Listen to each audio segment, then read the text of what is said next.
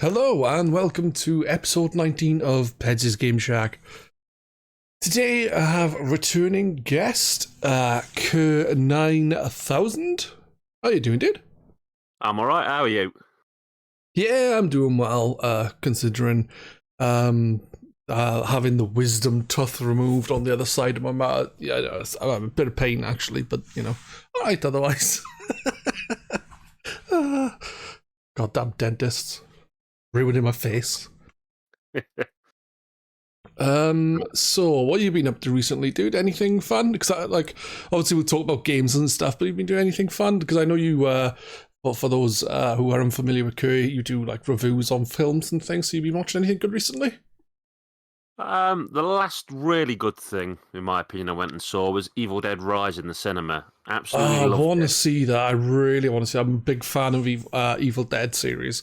As in the films, and Ash vs. Evil Dead, the shows. Yeah. The one thing I'm unsure on is does it carry on from the original continuity, or is it from the rebooted continuity? Or doesn't it really say? All that there is the book. Right. It's all about the Necronomicon Ex Mortis, or there's multiple books of the dead, but it's one of the books of the dead is found. And that's it. There's no Ash. And really, it's a very serious horror film. It's not goofy like some of the Evil Dead films. Yeah, the first one was a bit more serious, and then after that, they kind of just thought, eh. Yeah, this is more like the first one, but with a bigger budget, and yeah. Like the very first one in the 80s was like a more serious film, but very, very low budget. So yeah. And then obviously the second one. That's the thing I don't get with the Evil Dead series. Like the first one and the second one could be the same film. It's like, why would Ash go to a cabin in the woods, all that shit happened to him, and then decide, let's go to the same place, or a place that's more or less exactly the same? And it's like, is the second one a reboot, really? Or it's retelling? I don't know. I don't know what's going on there. Basically, it's all rights issues. They didn't have the rights to the first film when they made the second one. So they couldn't do a recap. So they sort of did the first 20 minutes of the film as a refilmed recap of the first one. Right. So there's a weird way in which if you watch all of Evil Dead 1 and then cut about 20 minutes off the front of 2, watch 2 from then on, and then cut the last 10 minutes off 2 and stick 3 on, it makes one big long film that doesn't contradict itself. Right. That's fair. It's all, they didn't hold on to the rights, and this one was made by these people, and then that was made by them, and I genuinely did not know that. So, have you done a review for Rise? Yeah, I made a quick review for it on YouTube. But it's a good film to, spoil the review as such. But it's serious. If you want a serious horror film, you'll enjoy it. If you want the slapsticky fun, then it's probably not the film for you. So basically, watch it anyway. Whether you want the slapstick fun or not, just watch it. Yeah. Right, so moving on to the podcast itself. For those who are unfamiliar with the podcast, because any time could be a person's first time, We have 3 segments of the podcast. The first is Currently Playing, where me and Kerr will discuss what we have been playing recently.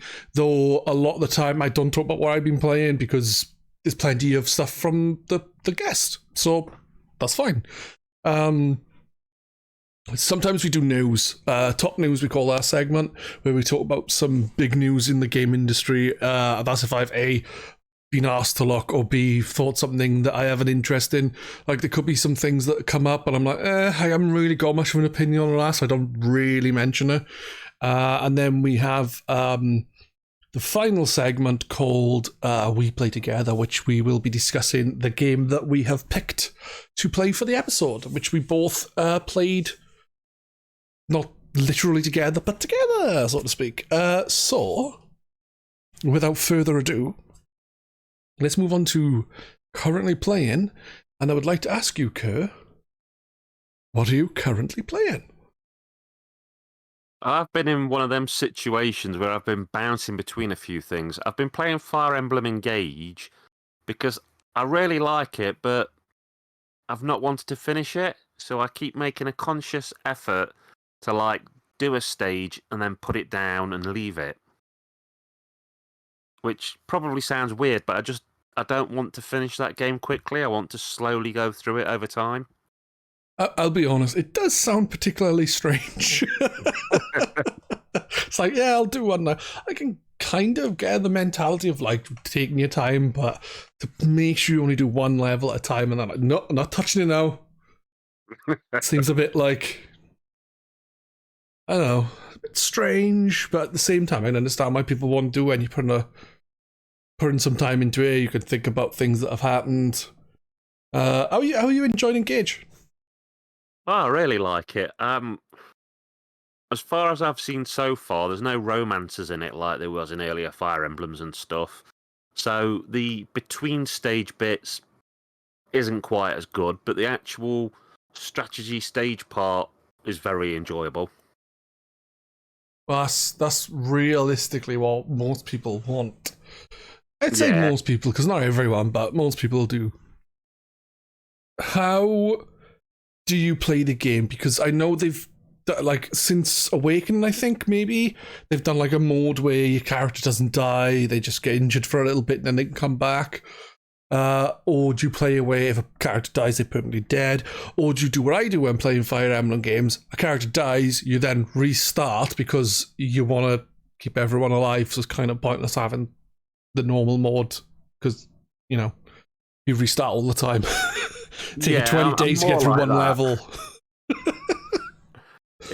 Particularly if somebody who I've sort of made a bond with, who I've decided I like that character dies, then that game is getting reloaded. Yeah. There are some lesser characters who you go, oh well, I didn't really like him anyway. That's all right. I'll find somebody else that can do what he does. But if it's somebody I really like, then yeah, that's getting restarted. Yes, that's understandable. Has it still got the whole thing where certain characters are needed on certain maps to get other characters, or is that gone with the wind? I've only noticed that on one stage so far. All right. I mean, maybe I've missed that. Maybe there was people I could hire that I haven't, but to my knowing at the stages I've done so far, it's only been a thing once, where I know in some of the earlier games it was every 3 stages there was somebody, if you talked to them right, you could get them with the right person. Yeah. How many of the Fire Emblem games have you played then, and how does this compare to the ones you've played previously? I think I've basically played all of them. The only ones I'm not that keen on are the ones that are the like Hyrule Warriors. Fire Emblem, the Fire Emblem Warriors, I think it's called, isn't it? Which I've is more them, but Dynasty Warrior style kind of game. I can't remember it's called all of a sudden. Yeah, Dynasty Warrior ones. I've not really bothered with them. They're not quite my thing. I've bounced on them and off, but the real Fire Emblem games I love, and it was weird because it all started with me getting the first English Game Boy Advance one off a Carbu boxed complete for $5. Oh, nice. And I didn't even know what it was because the internet wasn't so big back then. I saw basically a guy got a whole desk full of games, and most of them were loose carts, and that one was boxed, and all of them, whether they were boxed or loose carts, were £5. And my initial thought was, £5 complete. If I don't like this, it's got to be worth more in trade. Yeah. Whereas the carts, you're like, well, I'll probably get my money back at best. And then as soon as I played it, I was like, wow, this is really like Vandal Hearts on the PlayStation 1. And I really like Vandal Hearts. I guess Nintendo have ripped off Konami. And then, when was the first of the other ones? Because I know the original Fire Emblem was on the NES. Yeah, there was the NES ones and SNES ones. It's just that they didn't come to England until the first Game Boy Advance one. Yeah, it came way late. Like, yeah. But I've played a lot of the NES and SNES ones and that on translated ROMs and things. Yeah. But obviously not till after Way playing later, the Game yeah. Boy one. Yeah. I really can't remember the type of games the Warriors are. No, there's a weird name for it, innit? It's like a one-person soldier rush against an army kind of job. But there is a term for it. Yeah, for some reason I can't think of it, but never mind. I'll let you get back to what you're saying. Sorry. That's all right.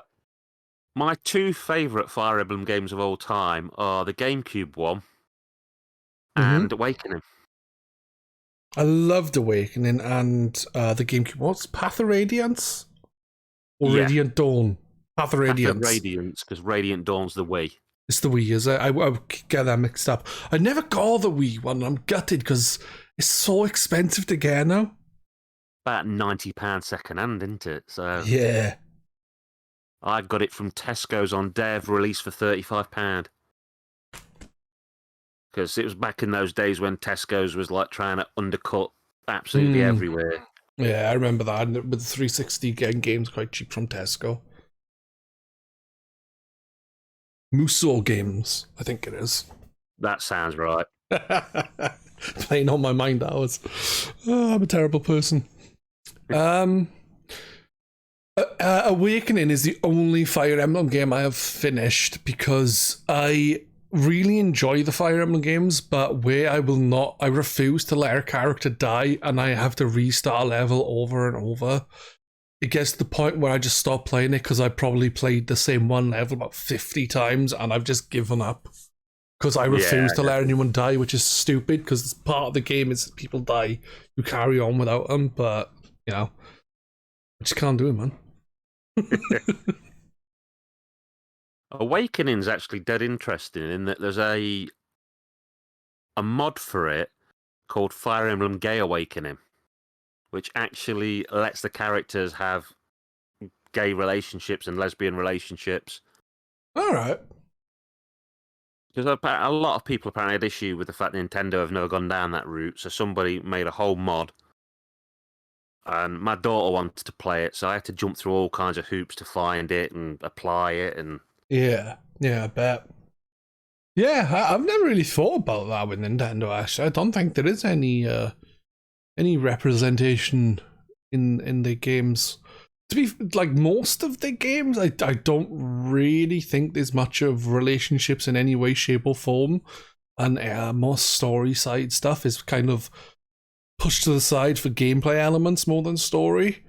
Yeah. But when it does come to that kind of thing, I can't think of anything of like LGBTQ plus kind of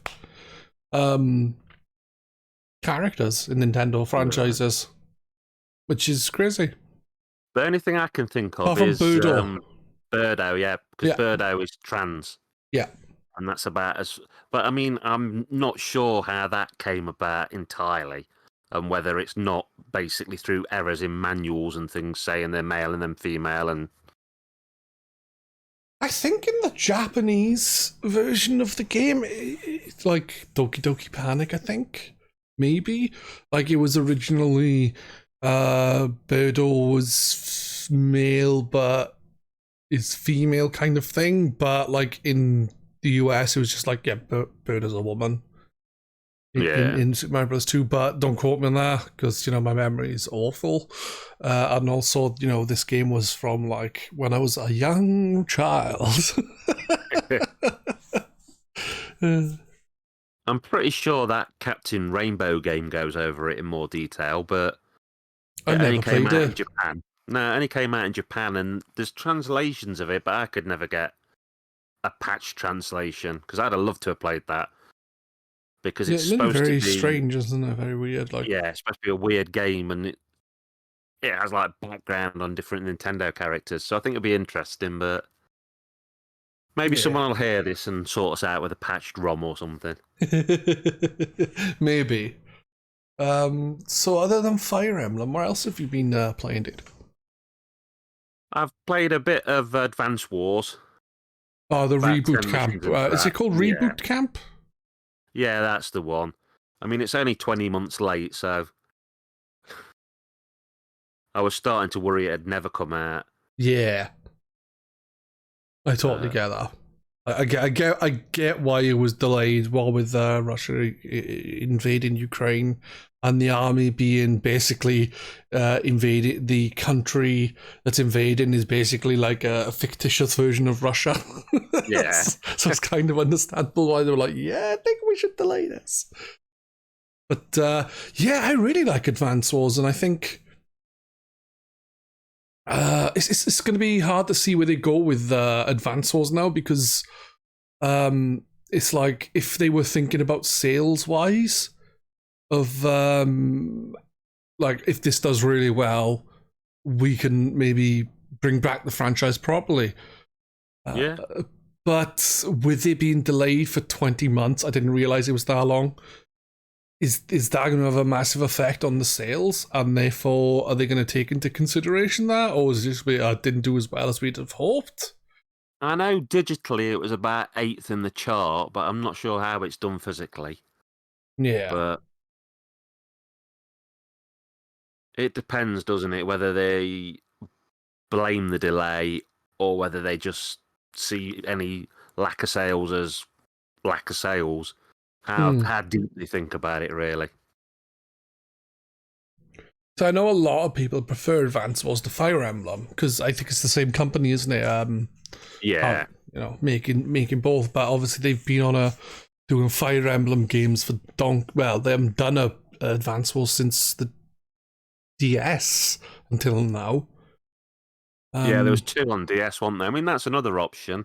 They could do an Advance Wars reboot at 2 and do the 2 DS games as a compilation.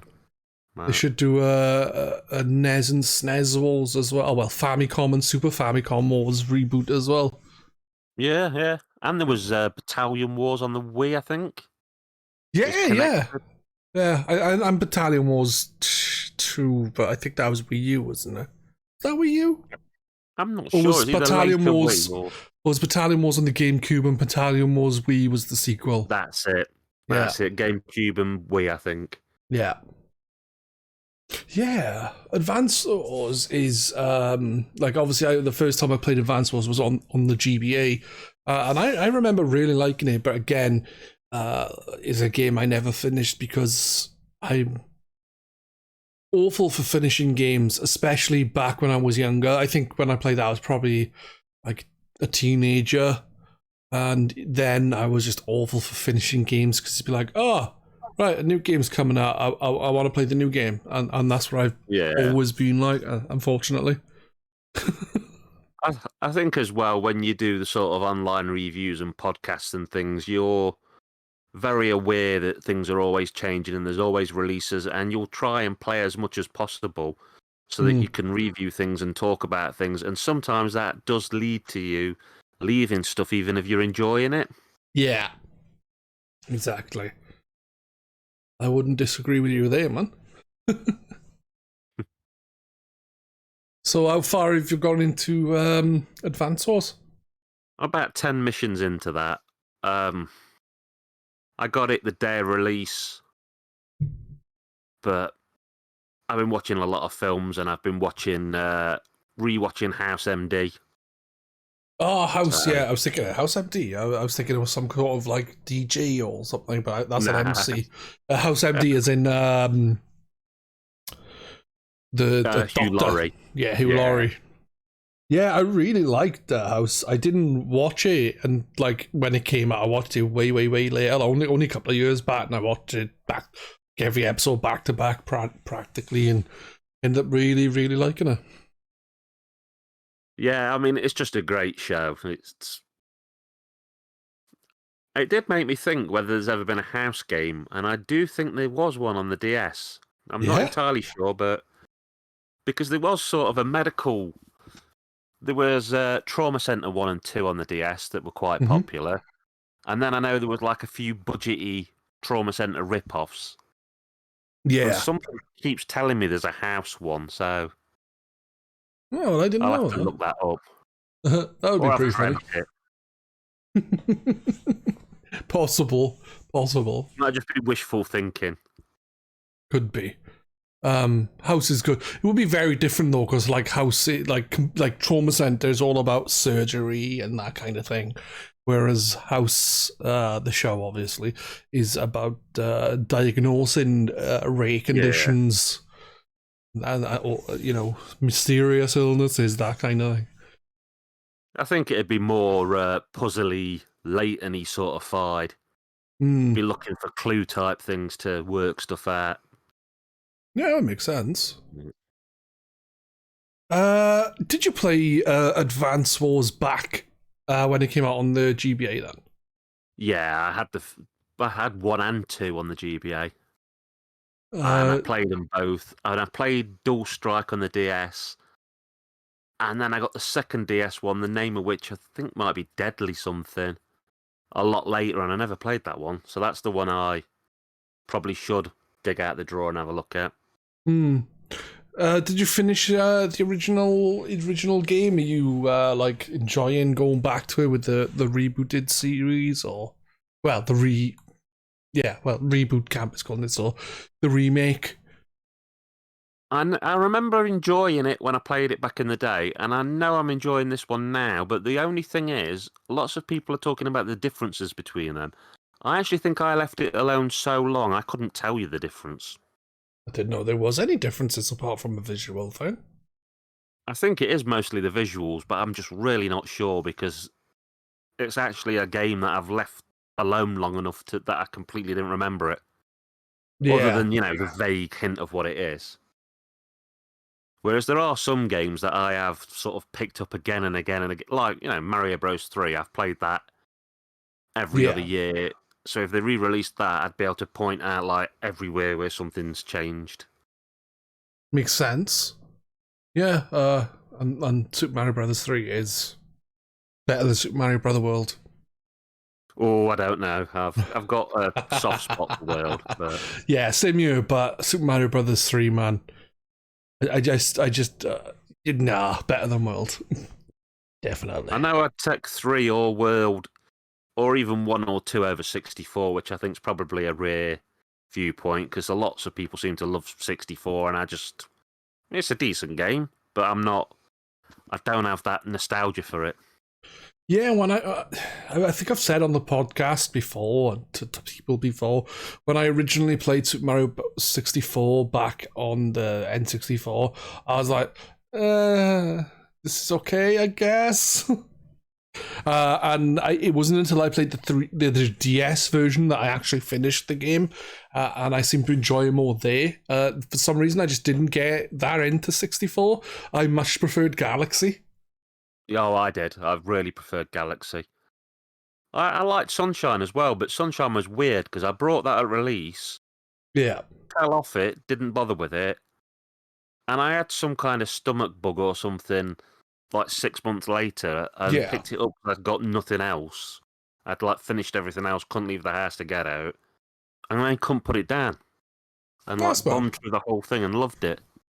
So it was like a slow burn. I just didn't gel with it at first, but I really like it now. It eventually grew on me. Yeah. Oh, that's cool. And that's cool. That one above 64 now. Yeah, I think I would put 64 above Sunshine personally, but I'm not a massive fan of either. Whereas Galaxy and Galaxy 2 and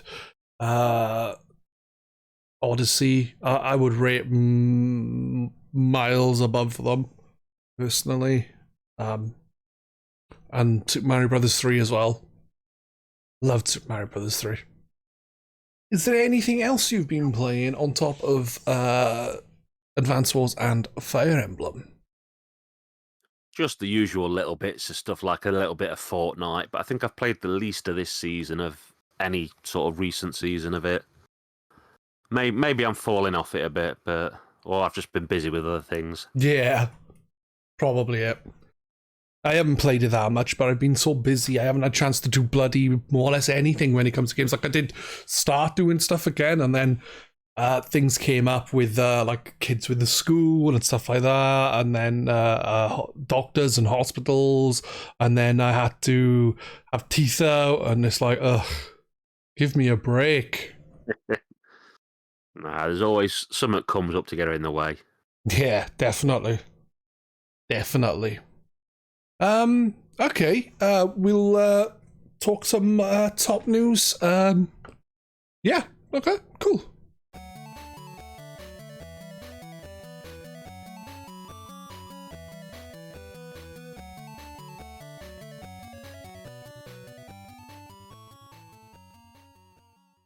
So, as I said, we can move on to top news. And actually, before we do, is there any other games you've been playing?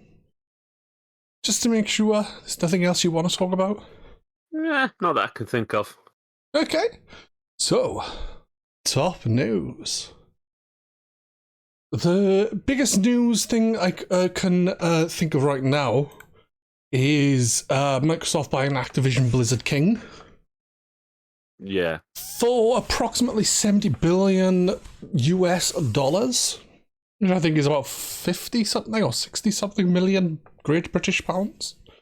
That's a heck of a lot of money. It is, yeah. But the UK Board of Fate stuff. Competition and Marketing Authority, yeah. I think it is. The CMA, they called. Yeah. That's the actual, just the abbreviation, the CMA. Whereas obviously competition, whatever you just said, is the full title. Yeah. But yeah, basically, they have blocked the deal in the UK. I don't know if that will mean, if everywhere else allows it, if that means, like, Microsoft stuff won't be sold in the UK if they decide to go through, or because obviously you're going to challenge it, Microsoft may do. So if that was the case, and they didn't, like, what would exactly happen? Would they be able to go ahead worldwide, just be like, yeah, the UK's fucked? They'd have to majorly restructure stuff and basically either not operate here or operate in a different way. Yeah. But I think if they can't get it overturned, it will probably be sort of the end of it. I don't think it'll go through when you've got like one of the biggest markets opposing it. I think maybe they'll maybe just use the money in other ways. They could still use that $70 billion on Microsoft on Blizzard stuff. Yeah. On Activision Blizzard stuff, just instead of doing the whole we'll buy the company, just do what Sony do and just pay for the exclusives. Yeah, that's one. And still get them, man. Yeah, that's one possible way of doing things. Or the other is offer to buy part of the company, buy, one or two sides of it, because obviously, it's Activision Blizzard King. Yeah. So, they could offer to buy a chunk of it. Yeah. Or they could take the money and buy other companies. I mean, I do think there's probably other companies that could get cheaper that potentially have more worth to them in some ways. Like a lot of people are saying that it's bullshit, like the reasoning, like the cloud gaming side has been blocked. But a lot of it's to do with cloud gaming, isn't it? That's where the problems have come. So I don't know if that was just a daft reason or not. I personally don't know. I mean, that's the thing that this authority's had the problem with, but weirdly, that doesn't seem to be what Sony was complaining about. Sony was complaining about Call of Duty, really. Yeah.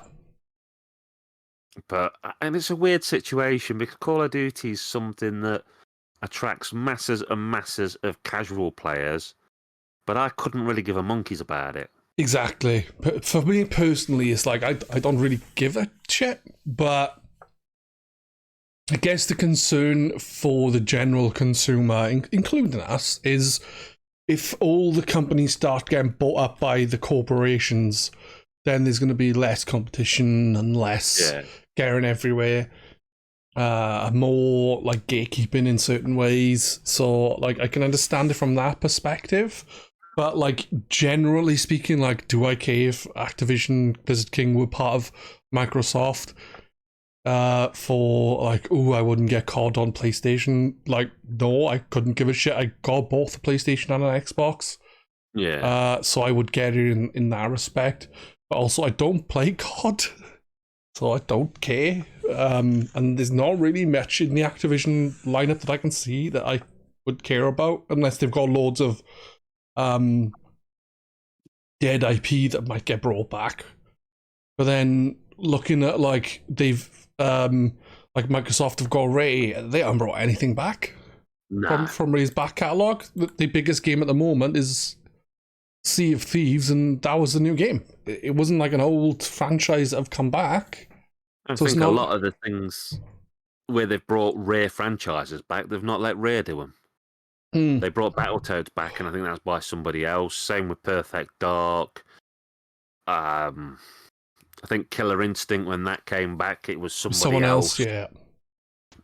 So it, but Rare's one of them companies where a lot of people left, and it's not really been Rare for a very, very long time, other than in name. Yeah. Technically, I'd invest this money in somebody like Sega or Konami. Because they've both got piles of IP that people have got masses of love for, but very little's been done with. No, I agree with that, but the problem with Konami is I don't know if like they'd be able, like if they'd be a company that would be bought, because like their main thing is like pachinko machines and all that kind of guff, innit? Like maybe they would sell all the gaming IP themselves, but well, that's the thing, isn't it? They want the gaming IP to make pachinko machines out of, but they've got very little interest in making games out of it. So surely there's some deal you could come to where you could buy the rights to the IP for games and leave them to still make pachinko machines out of it. Yeah. I mean, that's not entirely buying them out, but it's like getting a contract with them as such. Yeah. Buy all the gaming rights, but you get the rights to the games for pachinko machines. There you go. Yeah, basically that, yeah. I don't know. And Sega have got a lot of old franchises, but Sega do still also do some good games and shit, so I just don't know what's going to happen with it now. But like at the same time, like I guess everyone's waiting to see what happens, because that's a lot of money they were planning on spending. And they would have bought up Activision Blizzard King, but now if they split up their money between other companies, it's going to be, they're going to have maybe own like Sega, own another company and a few other companies, and it's like that's even more games then go into one ecosystem, which would be worse for the wider gaming market. That's the thing, isn't it? It could be better for Microsoft players. That money could be spent in a better way, but they could actually cause more harm with it. So stopping them from going down this route of this plan isn't necessarily saving everybody from them. Like some Sony fans didn't want this to go through because they don't want to lose certain things, but it could have the other effect. They could buy more smaller companies and you could actually lose more in the long run.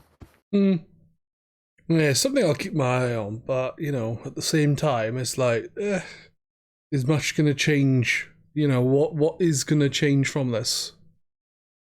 Fuck knows. I think my biggest thing with it is that it has brought out some really sort of crappy thoughts and behaviour from people, because you've got Sony fans wanting to rub it in Microsoft fans' face that it fell through. You had Microsoft fans that were lording it over Sony fans that, one day Call of Duty might be exclusive. And it's just brought out some of the worst of the sort of console war mentality. I don't get it. I am more Microsoft than Sony, but it's not out of any loyalty. It's out of preferring the controllers, and you've only got so much room and so much money. So I've got a PS3 and a PS4, but I don't have a PS5 because I don't really have a place to put it, and I don't want to have two, nearly £500 machines. Yeah, it's totally understandable. it's one of them things where I think you pick whatever's best for you, and there's no point waving it in anyone else's face, because if an Xbox is right for me, it doesn't mean a PS5 is not right for the next person, and you get whatever's right for you and enjoy it, and sort of don't be a dick to somebody for having a different opinion. Exactly. Unfortunately, people are assholes. Well, yeah. People are assholes. That's the top and bottom of it, isn't it? Yeah. It's a shame though, because at the end of the day, it's not. I don't know. It's just I just don't get people. It's like it's a big corporation. They don't care about you as a person. No. They just care about what's in your wallet. That's going into their accounts. Yeah, the amount of people defend some of them. I mean, probably the worst one is Nintendo. Some Nintendo fanboys are so diehard. Yeah. They really believe that the company cares about them on some deep level.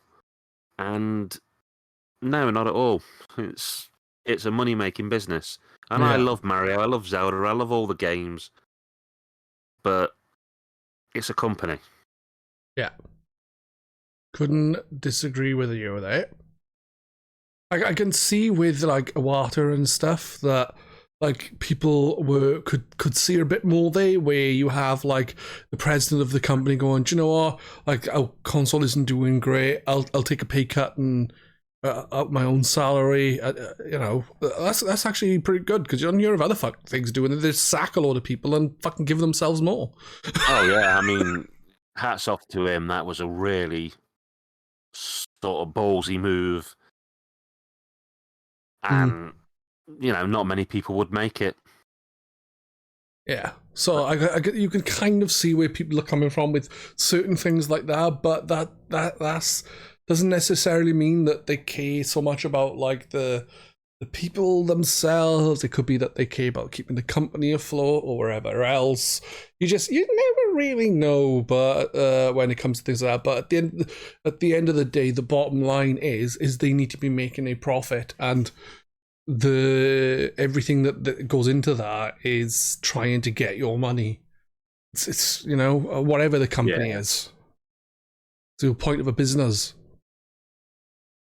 And that's not to say that every person working for that company will have those same thoughts and feelings. No, you're just part of a big machine, aren't you? And that's the general consensus of the machine. Somebody that works for them can be a lot more sort of genuine. Exactly. But when it comes to this Activision thing, I think it'll end up falling flat on his ass now. Because of the CMA's decision, who knows what will happen, but I think maybe Microsoft will not bother, because at the end of the day, if they appeal it and go through all the other stuff, it's going to take a few more years. And it'll cost more money to sort of fund appeals and... Yeah. So there you go. But what are you happy or that it fell through, or you unhappy that it fell through, or are you more like me where it's personally I don't care for myself, but I can see why it could have had a negative effect on the wider gaming market if it did go through? On the one hand, it probably would have been nice for me if it had gone through, being an Xbox Series X owner, with you getting more stuff on Game Pass and more, games early on there, things like. But on the other side, there's not that much I'm that excited about. Like, if I got COD a bit early or something, well, I only tend to pick COD up when it's £10 or less to blow through the one-player mode. So getting COD early, and it's not for me. No. And I do think, as much as I kind of like Xboxers, Microsoft have got to learn to stand on their own 2 feet and start investing money in making games from the ground up instead of trying to buy people out. Yeah, that would be nice. That they actually, fund developers, little studios of their own, and instead of just going, we'll buy this company that has already got a reputation for IPs that we can use. I mean, you think of all the ways you could use that money on buying up like new hot prospect studios that are struggling financially and giving them the foot up to make something of themselves, and you could get so many of them off the ground with that cash. Yeah. Instead of buying one super big company that's already made it on their own, so to speak. Exactly. They could give me 70 billion and I'll make them a game. The game would probably never come out, but I wouldn't mind $70 billion. There's plenty of games that have had a good long 10 years before coming out, or look how long like Duke Nukem Forever treaded water. It's probably about 6 versions of that before it made it out the door. Yeah. I don't think not much of the game that was originally in it came out, did it? I think it was pretty much restarted over and over and over again. Yeah, there was definitely whole, almost complete versions scrapped for them to hit the drawing blocks again. Yeah. Ah, well. Would you like to say anything more on this topic of news, or would you like to move on to the next section? There's another news story that I'd briefly touch on. Okay. I've not played the game, but Jedi Survivor. It's one of them games that's $70 odd, and apparently has come out in a complete, appalling mess of a state. And we're just at that point where games are starting to increase in price. They're asking for more for them. Sort of £40 is not the set norm anymore. It's creeping up. And yet the standards that games are coming out on are dropping. That does indeed seem to be the case. I did see something on Twitter earlier saying about like, games coming out on console tend to come out better than on PC in working condition, not generally like better on console. PC not getting to that. I'm saying about like better in how well they work. I didn't know if it may have been something to do with this Star Wars thing. I don't know, but someone was saying but the difference is with getting a game to work on console, it's one set of everything for every one of those consoles, whereas PC you could have like 900 different bloody components, like different ways of having your setup done, so a lot more has to go into it to get it working better on PC. But I don't know. To me, that means that if there's so much money going into the game, then maybe they need to like have more people working on the PC side of things, or something needs to be done there. I'm not saying people are lazy or anything like that, because I did see that mentioned. Like, it's not about being lazy, it's just there's a lot more there. They need to figure out a way of obviously I have no clue when it comes to game development or anything. I saw like this is from the outside of an idiot's opinion. Basically, is companies may need to rejig the way they are set up to work on games, so that more focus is put on the PC version instead, or maybe employ some more people to do extra work on that, something like that. But I get what you're saying. A lot of games are going up in price, and half the time it's half done, patched for years on end, and then they decide to hold stuff back. I personally think stuff is held back for DLC because before the game comes out, they've already planned DLC. So clearly, if it was already planned, then they knew what they were doing. Yeah, most of the games tend to have like this roadmap of. There'll be like a piece of DLC that launches alongside the game, which to me is the worst piece, because that should be in the game if it's ready at the same time. And then there's the 6-month piece and the year piece, and it is just all how can we nickel and dime money out of people. The worst for me is when they try and combine the battle pass skin type elements of a game like Fortnite with a game that's already full price retail. Yeah, that's ridiculous. Yeah, it's like pick a lane. Do you want to be free to play Battle Pass, or do you want to be a full price retail game? Trying to have them both, which the first example I think of is that Squaresoft Chocobo Racing. Yeah. Which was that was a decent game. I didn't mind it at all. It's like, to me, a 7 out of 10 sort of game. but it was ruined by the greed of charging $39.99 for it, and then going pay coins, pay money for these battle passes, and they realised they'd done it wrong because they started giving you free coins, and But once you're backpedaling, you've lost. They've ruined their sort of reputation of that game. Have they killed the game now, and it'd only been out for like 9 months when they're like, yeah, this game's dead in the water now, and there's nothing being done? Yeah, it had something like 5 seasons, and then they just went, there's not going to be another season. You'll be able to go online and play sort of competitive, but there won't be a battle pass. So it's kind of like half the game it was now. But I think most places now, if you look about, you can get it for 15 quid, for which what is there is a fair price. It probably should have just come out for like 35 quid and not bothered with any of the online battle passy stuff in the first place, because it does feel a little budgety. Yeah, I never played it, but it sounds like just sounds like another way to get extra cash out of people by preying on people's formal or love of a franchise. So it's nasty practice. Yeah. But when it comes to what you were saying about Star Wars, I know little of it. I didn't even know it was out yet. But to hear that a game that have come out again at a higher price point and be in a shit condition, it's not shocking, is it? You should be like, damn, that's Ray, but it's come to the point now where it's gone, oh yeah, well, it's nothing new, and it's getting to the point where it's happening so often and nothing is really being done about it, that companies are just going to keep doing it because they keep getting away with doing it. Yeah, I mean, that's the thing. If you're getting the money, you're going to do it.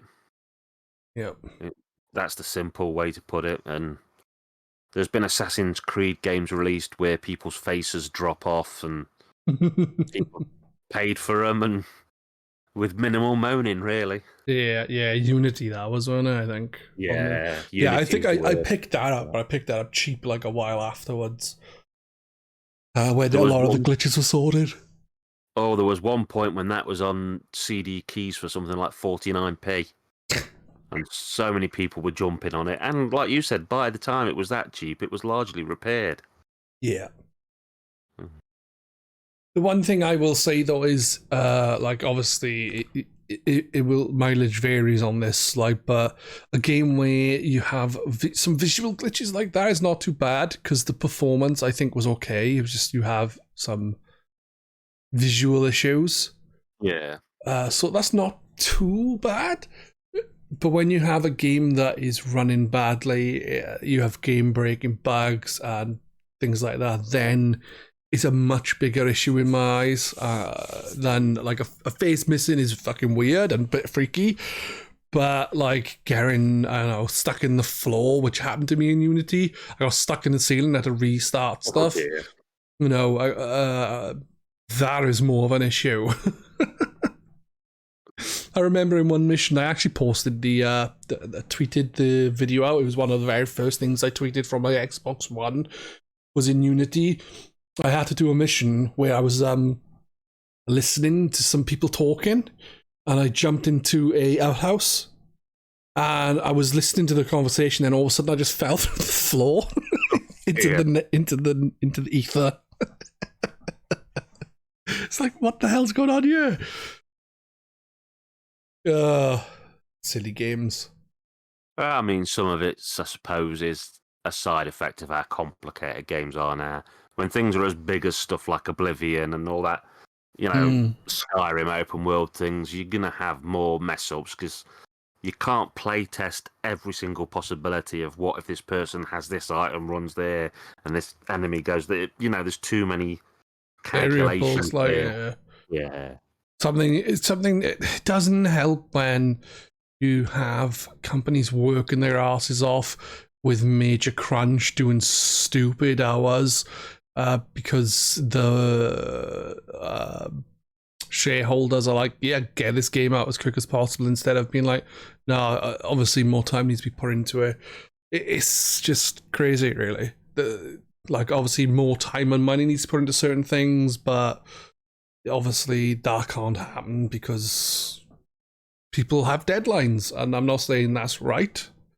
I'm just saying that is how it is at the minute. Yeah. And I mean, it's weird because there's some fans of some games that when a game gets put back a month or 2 months, will complain and go crazy, and it's like, well, it's being put back for your benefit, really. My issue is, and this is what I say every time a game is delayed, is that's fine if they sort in the game, but if it comes out and it's still broken, what was the point? Well, yeah, that's true. But then the opposing point would be, could you imagine how broken it would have been if it'd come out there a couple of months earlier? And then it's like, well, that's fair enough. Yeah.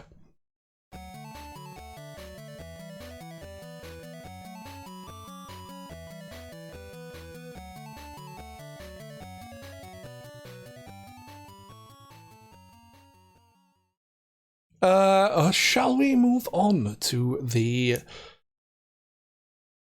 We Play Together game? Yeah, cool. Okay, so we will move on to We Play Together. The game for this episode is Coffee Talk. You have played through it twice, I believe. Whereas I haven't finished the game, which is a shame. I feel bad because I've been like, yeah, I'll get it played. I was like, I'll get it played today, and then something came up, and then I was like, I'll get it played yesterday now. And I was like, I'll get it played today. And there's like, one of the kids like, no, we're going to watch Godzilla and destroy all monsters. No, King of the Monsters and Kong Skull Island. So we watched all them, so I didn't get a chance. And then I thought I'll play when everyone goes to bed. And by the time everyone went to bed, it was 12:15. And I was like, I haven't time.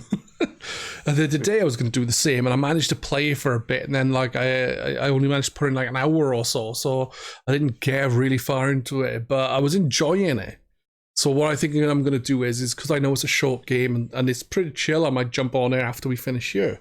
Because why not?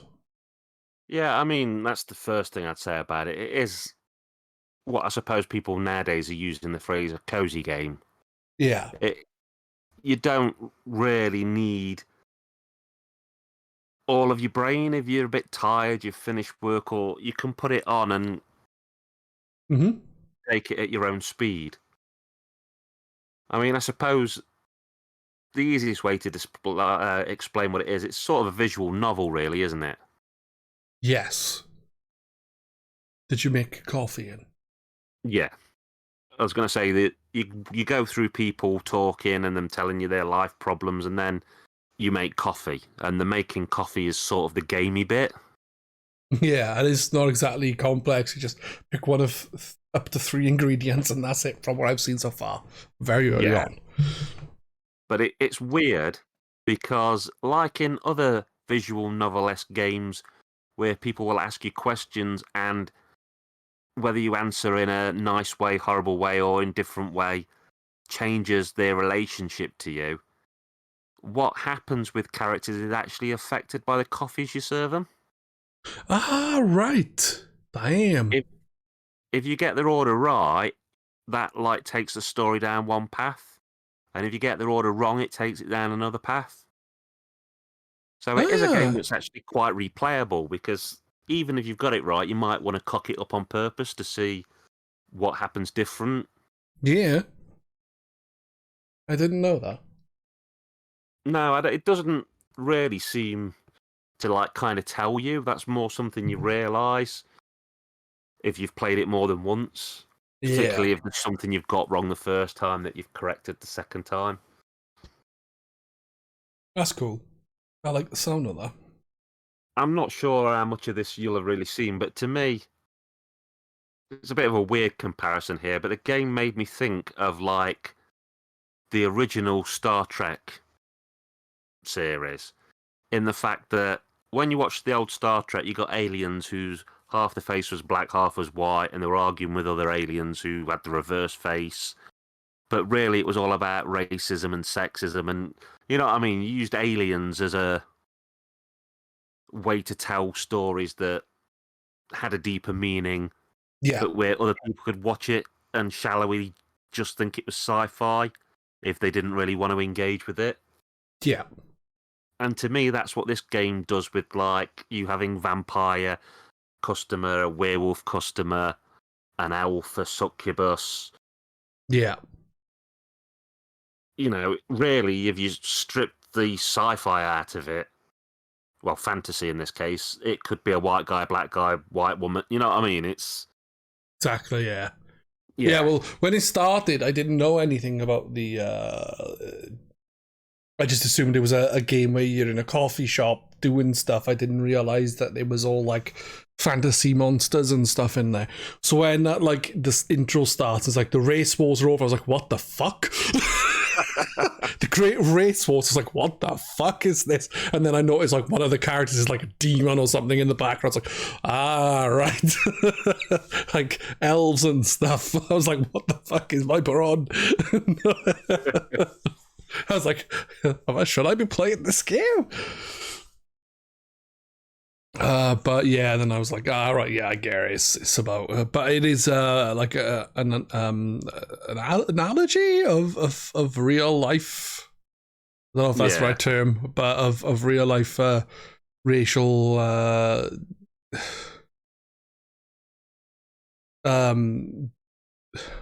I can't think of the right word, but like dealing with racial issues and that kind of thing.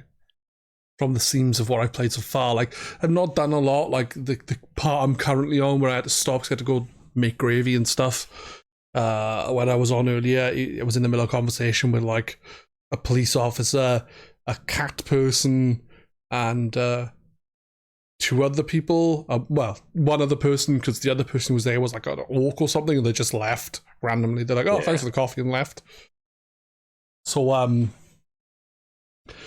no, and they talked about like pretty mundane things, really. Like, you know, it's just like, oh yeah, you know, I keep arguing with my father. It's like, you know, it's quite a mundane thing for a game, but you know, I think it's trying to get across relatable situation. Yeah, it's trying to get across something relatable, and it seems to be doing it pretty well so far. Like, but you know, that's just my opinion. And I think it's one of those where, as you see all the characters in it, there's probably going to be one that most people will relate to based on who they are. Yeah. There's like we were on about earlier with games and crunch, there's quite a few things that are about crunch in it. Because there's the girl who comes in at first who's a writer. Yeah. And she's like up all night drinking coffee because she's trying to write a novel while simultaneously doing a job. Yeah. Then for there's the same company. Yeah, for the same company. Then there's an orc girl who works for a video game publisher, and it talks about crunch and basically life-work balance. Yeah. So I think, you know, if you sort of know what you're looking at, there's a lot of stuff in there that is quite deep that clearly they're getting opinions through and making you stop and think about by using fantasy characters and almost hiding it. Yeah, I get you. But speaking of crunch, because obviously it's not, you know, that was for earlier, but like one of the games I heard about which had a bit of like issues with the game being made, and like the people behind the scenes, was Sports Story. The game come out was meant to be wonky, not very good in comparison to Golf Story, but people were supposed to have found like a little room that's hidden, and you have to, like, I don't know, hack the game or something to get to it, where there's like developer stuff, like the people working on the game are represented by the characters in the game, and they saying like really nasty shit about what went on behind the scenes. Oh wow. Yeah, I think that's the case. I should check it out for definite. Like, but yeah, I should have mentioned that just now, but it just now popped into my head. I'll have to look that up, because I mean, you used to get stuff in old Spectrum games where there were lines of code hidden, and it was basically an artist telling the publisher they could suck their dick or whatever, that, you know, you're an arsehole. And you kind of think that people think that's like gone away now. Things are more big companies and double checked and stuff. So it's Sometimes quite things slip interesting through. to hear about it in a modern setting. Yeah. Yeah, sometimes things slip through the cracks, you know? There you go. But yeah, coffee talk, I'm enjoying. Like, I think this is episode 1, and there's an episode 2, which I'll have a look at once I finish episode 1. And once I get around to it, maybe we can do a podcast to talk about the second one and compare maybe the first and the second episodes. Yeah, that'd be great. How have you found the game then? Because you've played through more than once. Like, have you noticed much difference in the first and second playthrough with people's stories being a little different? Well, not so much stories, but their interactions. Even though I played it the first time when it first came onto Game Pass, which is about 2 years ago, and then I've just played it now, I think I got more stuff right this time through vague recollection. All right. I think I remembered some drinks to a degree, and I remembered how I'd got things wrong. Yeah. And there's been like more positive outcomes to people's stories. Oh, that's cool. Like, I made a drink for someone, and they were like, "Oh, I want a coffee with ginger in it or something," and I gave them coffee, ginger, and coffee. So that there were those 3 ingredients. Like, yeah, that's not right for what they wanted. And then he's speaking later on, saying that he thinking maybe the tea would be better because coffee may have too much caffeine in it. But the person they were with asked for the same, but instead I give them coffee, honey, and like another ingredient, and they add a drink of it. And like, yeah, I'm pretty sure that's not exactly what you gave them. And they give me an achievement then saying, you know, you give out the wrong order. And I was like, yeah. I did find it a bit weird that the order you put stuff in can make a completely different drink. So if you do like coffee, lemon, and cinnamon, yeah, it can be one drink, and then coffee, cinnamon, and lemon can be another drink, sort of thing. Yeah, you kind of think that's a bit weird, but I suppose it's because they've sort of simplified the way you make the drinks a bit. Yeah. Yeah, obviously in real life it'd be different amounts of stuff, and yeah. Maybe they're thinking the lemon would be in the drink, whereas at the end the cinnamon would be sprinkled over the top, or yeah, probably something on those lines. Fuck knows. But yeah, I'm enjoying it. And I'm looking forward to getting back to it. It seems pretty interesting. Obviously, I haven't gone through the game. For all I know, it could be like the original Clerks, and my character gets shot at the end. I'm not really sure. The unreleased, the alternate ending version or whatever it was, the proper version that they changed the ending, didn't they, in the original Clerks? Dante, I think, got shot and died, which obviously wouldn't have made a Clerks 2 and 3. Nah. But I can say from what I've played of the second one, if you've played the first one and you're wondering about playing the second one, if you enjoyed the first, you'll enjoy the second. It's very similar, you know, a clear continuation. Oh, nice. That's cool. Yeah, I'll definitely check out the second after I finish the first, which I will indeed do. Normally I would ask, are you going to continue playing if you haven't finished? Or if you would replay it, which you've done that too, so I can't really ask those questions, but would you recommend other people play it? Oh yeah, definitely. I mean, on Game Pass, it's great because it's free. And I also found you don't need much of a PC to run it. Oh, nice. I think even a single core, like high gig Pentium 4 will run it. So if you've got anything dual core, anything like in the last sort of probably 10 years, you can run it.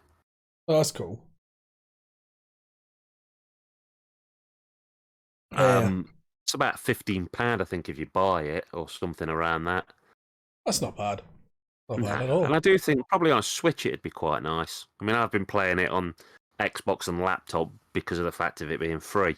But I do imagine, you know, handheld on a train or probably quite a chill game to play. Yeah, good for the commute, like. Yeah. And you can save at any point from the looks of it. Yeah. Which is good for a game that, you might want to pick up and put down and stuff. It can be a ball ache when some games you have to get to like the end of the whole day or the whole mission or... Yeah. Or find a save point. Yeah. Yeah, Metroid. I love Metroid. But yeah, is there anything else you would like to say about Coffee Talk before we end the podcast?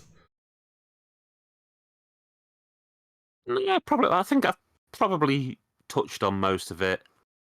But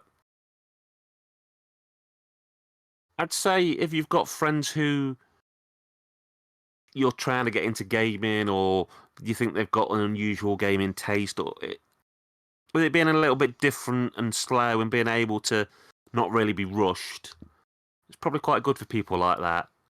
Nice.